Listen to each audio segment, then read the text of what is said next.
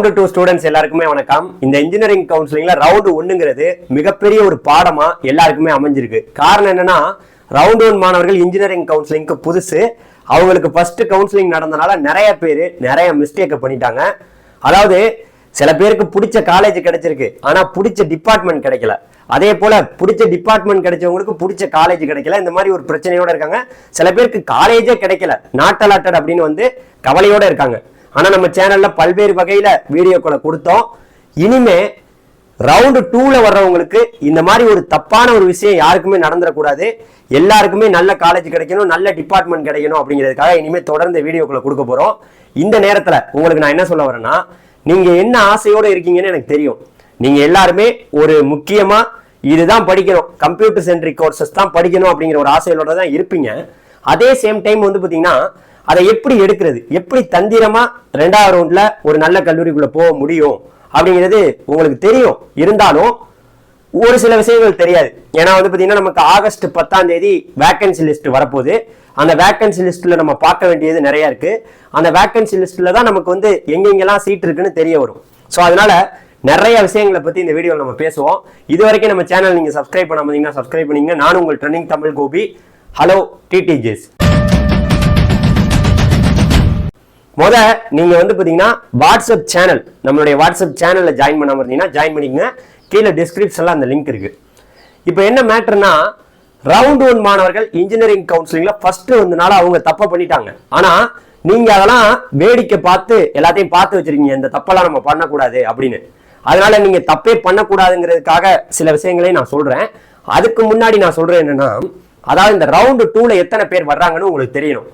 178 cut ஆஃப்ல இருந்து 142 cut off வரைக்கும் இருக்கிறவங்க 2வது ரவுண்ட்ல வர்றாங்க. அதே சேம் டைம் இதுல வந்து பாத்தீங்கன்னா ஜென்ரல் ரேங்க் அடிப்படையில 26,655 ரேங்க்ல இருந்து 1,04,602 ரேங்க் வரைக்கும் இருக்கிறவங்க 2வது ரவுண்ட்ல வர்றாங்க.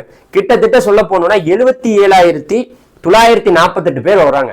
இந்த 77,948 பேர்ல 7.5% இடஒதுக்கீட்டுல 6ஆவதுல இருந்து 12ஆவது வரைக்கும் கவர்மெண்ட் ஸ்கூல்ல படிச்சவங்கன்னு பாத்தீங்கன்னா கவர்மெண்ட் ரேங்க்னு வந்திருக்கும். உங்களுக்கு 1,344 ரேங்க்ல ஆரம்பிச்சு, அதாவது 10,837 ரேங்க் வரைக்கும் இருக்கிறவங்க 7 பாயிண்ட் ரிசர்வேஷன்ல வராங்க. அவங்கள பாத்தீங்கன்னா இந்த 77,948 பேர்ல இந்த 7.5% இடஒதுக்கீட்டுல 9,494 பேர் வர்றாங்க. இவங்க தான் வரப்போற ஆகஸ்ட் 10ஆம் தேதி கவுன்சிலிங்க அட்டன் பண்ண போறாங்க 2வது ரவுண்ட்ல. இந்த 2வது ரவுண்ட் மாணவர்களுக்கு நான் சொல்றேன் என்னன்னா, அவசரம் வேண்டாம், பொறுமை. எவ்வளவோ நாள் பொறுமையா இருந்துட்டோம். இப்ப நமக்கு பொறுமையும் நிதானமும் அவசியம். ஏன்னா படபடன்னு ஒரு முடிவு எடுத்துட முடியாது. நீங்க எல்லாமே என்ன ஆசையோட இருக்கீங்க, நம்ம கம்ப்யூட்டர் சென்ட்ரிக் கோர்ஸ் படிக்கணும். எப்படி சொன்னாலுமே நான் என்னதான் கோபி வந்து நீங்க அந்த டிபார்ட்மெண்ட் படிங்க, இந்த டிபார்ட்மெண்ட் படிங்க, மெக்கானிக்கல் படிங்க, சிவில் படிங்க, பயோமெடிக்கல் படிங்க, அது படிங்க, இது படிங்கன்னு சொன்னாலும் எல்லாரோட ஆசையும் கம்ப்யூட்டர் சயின்ஸ் இன்ஜினியரிங் படிக்கணும், இசிஇ படிக்கணும், இந்த மாதிரி ஒரு ஆசையோட தான் இருக்கீங்க. சரி, இசி இல்லைன்னா cyber security, computer science, business system, இந்த கம்ப்யூட்டர் சென்ட்ரிக் கோர்சஸ் தான் படிக்கணும்னு ஆசையில இருக்கீங்க. அப்ப நான் சொல்ற ட்ரிக் எல்லாம் நீங்க ஃபாலோ பண்ணுங்க. முதல் விஷயம் என்னன்னா, அதாவது உங்களுக்கு என்ன மாதிரி கோர்ஸ் இருக்குன்னு தெரியணும். எந்தெந்த கோர்ஸ் எல்லாம் நம்ம வந்து எடுத்து படிச்சா நம்ம ஒரு ஐடி ஜாபுக்கு போக முடியும் அப்படிங்கிறது தெரியணும். நீங்க எல்லாமே ஐடி கம்பெனிக்கு போறதை நோக்கி தான் இருக்கீங்க. இது படிக்கலாம், அது படிக்கலாங்கிறதெல்லாம் இப்ப தூக்கி போட்டாச்சு. எல்லாருமே படிச்சா ஐடில போறதுக்கு என்ன டிபார்ட்மெண்ட் படிக்கலாம், அதுக்கு தான் நீங்க விருப்பத்தோட இருக்கீங்க. அந்த விருப்பமும் ஓகே தான். ஏன்னா நிறைய மாணவர்கள் ஐடின்னு போறாங்க. உங்களுக்கு அந்த டிபார்ட்மெண்ட்லாம் கிடைச்சிரும். உங்களுக்கு நல்லா ஒண்ணு புரிஞ்சுக்குங்க, ரவுண்ட் 2ல உள்ளவங்களுக்கு சிறப்பான தரமான சூப்பரான காலேஜ்ல சீட்டு கிடைக்கும். காரணம் என்ன தெரியுமா, இந்த வருடம் பல கல்லூரிகள், பல தனியார் கல்லூரிகள்ல சீட்டை வந்து உயர்த்தி இருக்காங்க. ஒரு டிபார்ட்மெண்ட்ல கிடையாது, சிஎஸ்சில மட்டும் கிடையாது, இசிஇல உயர்த்தி இருக்காங்க. எந்தெந்த டிபார்ட்மெண்ட் மாணவர்களை அதிகமா ஆசைப்பட்டு எடுக்கிறாங்களோ அந்த சீட்டை உயர்த்தி இருக்காங்க. எப்படி உயர்த்தினாங்கன்னா, நம்மளுடைய அகில இந்திய தொழில்நுட்ப கல்விக்குழு, அதாவது ஏஐசிடி வந்து என்ன சொல்லியிருக்காங்கன்னா, மாணவர்கள் எதுல அதிகமா விருப்பப்பட்டு எடுக்கிறாங்களோ நீங்க அந்த சீட்டை எவ்வளவு வேணாலும் உயர்த்திக்கலாம்னு சொல்லிட்டாங்க. ஒரு சில கல்லூரிலாம் கிட்டத்தட்ட 700 சீட்டுக்கு மேல உயர்த்தி இருக்காங்க. அப்ப கட்டாயமா இந்த வாட்டி வந்து கட் ஆஃப் வந்து நீங்க அப்படி இப்படி அங்க கிடைக்கல இங்க கிடைக்கலன்னு சொன்னாலும் கூட 2வது ரவுண்ட்ல நீங்க வேகன்சியை ஆகஸ்ட் 10ஆம் தேதி பார்க்கும் போது சிறப்பான சூப்பரான சீட் இருக்கும். 7.5% இடஒதுக்கீடு மாணவர்களுக்கும் அருமையான சீட் இருக்கும். 2வது ரவுண்ட்ல வரக்கூடியவங்க ஒருத்தவங்க கூட கவலையே பட வேணாம், ஹாப்பியா இருக்கலாம். இப்ப இந்த மேட்டருக்கு நான் வந்து என்ன சொல்றேன்னா, நீங்க கம்ப்யூட்டர் சென்ட்ரிக் கோர்ஸ் படிக்கணும்னு ஆசைப்படுறீங்களா, நீங்க படிங்க. நான் படிக்க வேணாம்லாம் சொல்லல, நான் சொல்றத கொஞ்சம் கேட்டுக்கிட்டு படிங்க. அதாவது நீங்க வந்து அந்த ஆகஸ்ட் 10 வரப்போற வேகன்சி லிஸ்ட்ல நீங்க பார்க்க வேண்டியது என்ன தெரியுமா? அதாவது நீங்க சிஎஸ்சி தான் படிக்கணும்னு இல்ல, சிஎஸ்சி படிக்கலாம், இல்லாட்டி ஐடி படிக்கலாம், இல்லாட்டி ஏஐடிஎஸ் படிக்கலாம், இல்ல AML artificial intelligence machine learning படிக்கலாம், சைபர் செக்யூரிட்டி படிக்கலாம், CSBS computer science business system படிக்கலாம், அதுக்கப்புறம் சிஎஸ்சில ஐஓடி இருக்கு அது படிக்கலாம், சிஎஸ்சில பிக் டேட்டா அனலிட்டிக்ஸ் இருக்கு அது படிக்கலாம், அடுத்து கம்ப்யூட்டர் அண்ட் கம்யூனிகேஷன் இன்ஜினியரிங் இருக்கு இது படிக்கலாம், அடுத்து கம்ப்யூட்டர் சயின்ஸ் அண்ட் டிசைன் ஒன்று இருக்கு அது படிக்கலாம், அதுக்கப்புறம் கம்ப்யூட்டர் சயின்ஸ் அண்ட் டெக்னாலஜி அப்படின்னு ஒன்று இருக்கு அது படிக்கலாம், கம்ப்யூட்டர் சயின்ஸ் டெக்னாலஜி இந்த மாதிரி இந்த கோர்சஸ் எல்லாம் இருக்கு.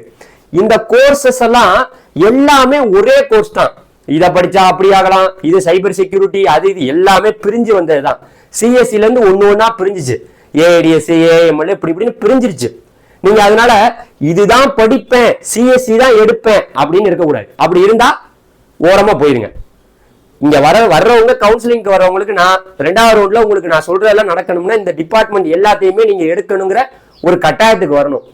சரி, இதுல எதுலையுமே சீட் இல்ல சார், என்னுடைய கம்யூனிட்டிக்கு இதுல எதுலையுமே சீட் இல்ல அப்படின்னா அடுத்து வந்து பாத்தீங்கன்னா இசிஇ எலக்ட்ரானிக் கம்யூனிகேஷன் இன்ஜினியரிங். நீங்க இசிஇ படிச்சா ஐடிக்கும் போகலாம், இல்ல வந்து உங்களுடைய எலக்ட்ரானிக்ஸ் ஓரியன்டான அந்த கம்பெனிஸ்க்கும் போக முடியும். அப்ப இசிஇ படிக்கலாம். சரி, இசி இல்லைன்னா ட்ரிபிள் படிக்கலாம். ட்ரிபிளியுமே இன்னைக்கு சரியான ஸ்கோப் இருக்கு. ட்ரிபிள் படிக்கலாம், மெக்கானிக்கல் படிக்கலாம், சிவில் படிக்கலாம். மெக்கானிக்கல் சிவில்லாம் நிறைய கல்லூரியில சீட்டை தூக்கிட்டாங்க, மெக்கானிக்கலே வேணாம்ப்பா அப்படின்னு தூக்கிட்டாங்க. அப்ப மெக்கானிக்கல் சிவில் எடுத்து படிக்கலாம். சரி, பொண்ணுங்களா இருக்காங்க, பயோமெடிக்கல், பயோடெக்னாலஜி, ஃபுட் டெக்னாலஜி, அதுக்கடுத்து கெமிக்கல் இன்ஜினியரிங், இது போன்ற ஏரோஸ்பேஸ், ஏரோநாட்டிக்கல், இது போன்ற புதுமையான கோர்சஸ் நீங்க எடுத்து படிக்கலாம். நீங்க கம்ப்யூட்டர் சயின்ஸ் இன்ஜினியரிங் தான் படிக்கணும், நான் சிஎஸ்சி தான் படிக்கணும், ஒரு ஐடி கம்பெனிக்கு வேலைக்கு போகணும்னு ஆசைப்பட்டீங்கன்னா நான் இந்த கோர்சஸ் எல்லாத்தையுமே எடுத்துங்க. சிஎஸ்சி எடுத்துங்க, ஐடி எடுத்துங்க, AIDS data science, artificial intelligence data science, machine learning இதெல்லாம் படிங்க. ஆனா ஒரு நல்ல கல்லூரிக்குள்ள நீங்க போகணும், ஒரு அட்டானமஸ் காலேஜ்ல போகணும். சும்மா நம்ம போய் படிக்கிறோம் நம்மளால வந்து எல்லாத்தையும் பாஸ் பண்ண முடியும் அப்படிங்கறதெல்லாம் கிடையாது. இன்னைக்கெல்லாம் வந்து பாத்தீங்கன்னா நீங்க அட்டானமஸ் கல்லூரிக்குள்ள எப்படியா போக பாத்துட்டீங்கன்னா அங்க போய் ஏதோ ஓரளவுக்காக உங்களுடைய திறமையை வளர்த்துக்கலாமான்னு கேட்டீங்கன்னா எல்லா அட்டானமஸ் கல்லூரியும் நல்ல கல்லூரி கிடையாது. ஒரு சில அட்டானமஸ் காலேஜ் வந்து இருக்கு. அதை பல்வேறு வகையில நம்ம வீடியோக்கள் நம்ம சேனல்ல கொடுத்துருக்கோம், நீங்க போய் பார்க்கலாம். இப்போ இது ஒண்ணு பாத்துங்க. இப்ப இந்த மாதிரி அனைத்து டிபார்ட்மெண்ட்டையும் எடுக்க மன தைரியத்தோட வந்துக்கணும். ஒண்ணுதான் படிப்பேன், இதுதான் படிப்பேன், இசி தான் படிப்பேன், சிஎஸ்சி தான் படிப்பேன் அப்படின்னு வரக்கூடாது. ஒண்ணு முடிச்சுட்டேன்னா இது முடிச்சாச்சு. இப்ப அடுத்து வந்து பாத்தீங்கன்னா அந்த ஆகஸ்ட் 10 வரப்போற வேக்கன்சி, அந்த வேக்கன்சியை பார்க்க தெரியும். இந்த கவுன்சிலிங் எதுக்குப்பா நடக்குது, எப்படி ஒருத்தவங்களுக்கு சீட்டு கொடுக்குறாங்க, எப்படி ஒரு கம்யூனிட்டியில ஒருத்தவங்களுக்கு சீட்டு போகுது, எப்படி அவங்களுக்கு கொடுக்குறாங்க, அது உங்களுக்கு தெரியுதா? தெரியல. அப்போ ஒரு சீட்டு ஒருத்தவங்களுக்கு எப்படி கொடுக்குறாங்க இத பத்தி எல்லாருக்கும் தெரிஞ்சாவே ஈஸியா எல்லாம் தெரிஞ்சிடும். எப்படி ஒருத்தவங்களுக்கு சீட்டு கிடைக்குது, எப்படி அந்த சீட்டு எப்படி ஒரு ஆளுக்கு போய் சேர்றதுங்கிறது உங்களுக்கு தெரியணும்.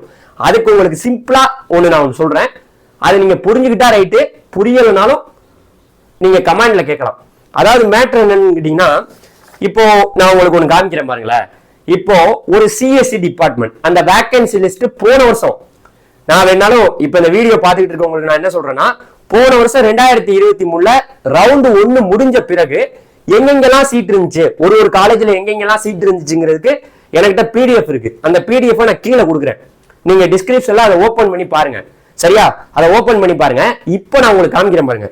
இப்போ OC, BC, BCM, MBC, SC, SCA, ST ஒரு கம்ப்யூட்டர் சயின்ஸ் இன்ஜினியரிங் ஒன்று இருக்கு.